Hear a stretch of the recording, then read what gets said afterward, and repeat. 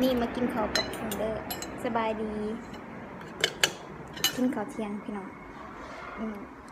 ผัดกะเพราหมูกรอบ ของเสพเลย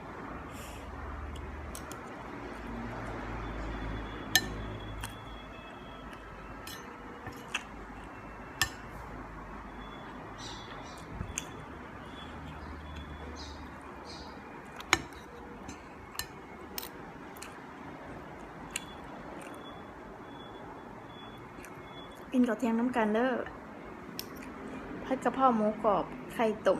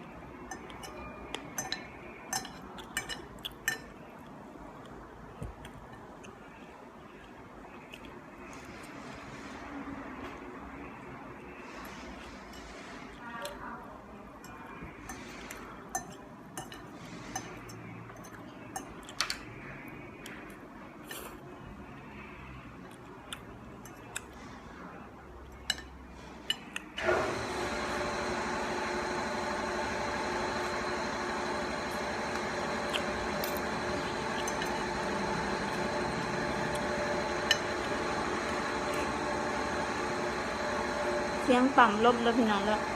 หลังจากปั๊มลมนะปั๊มลมดัง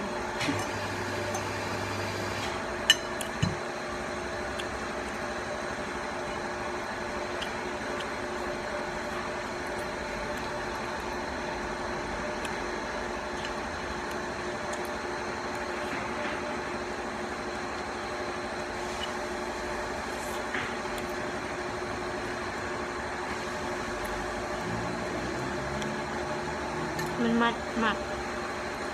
มากินแบบมันเนาะ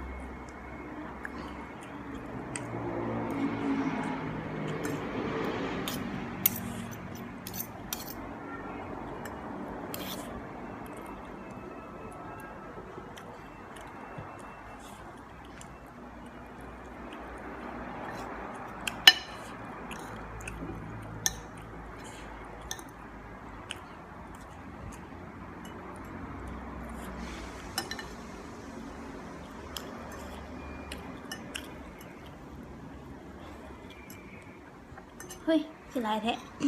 หยัดใจกับพันเมิด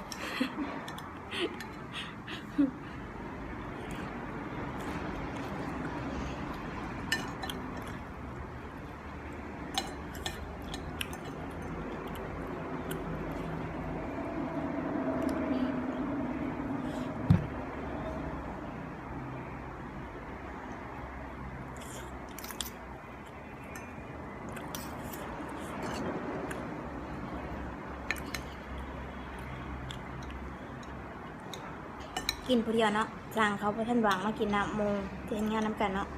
เขายังค้างงานอยู่กรุงมีเวลาก็เลยแบบมากิน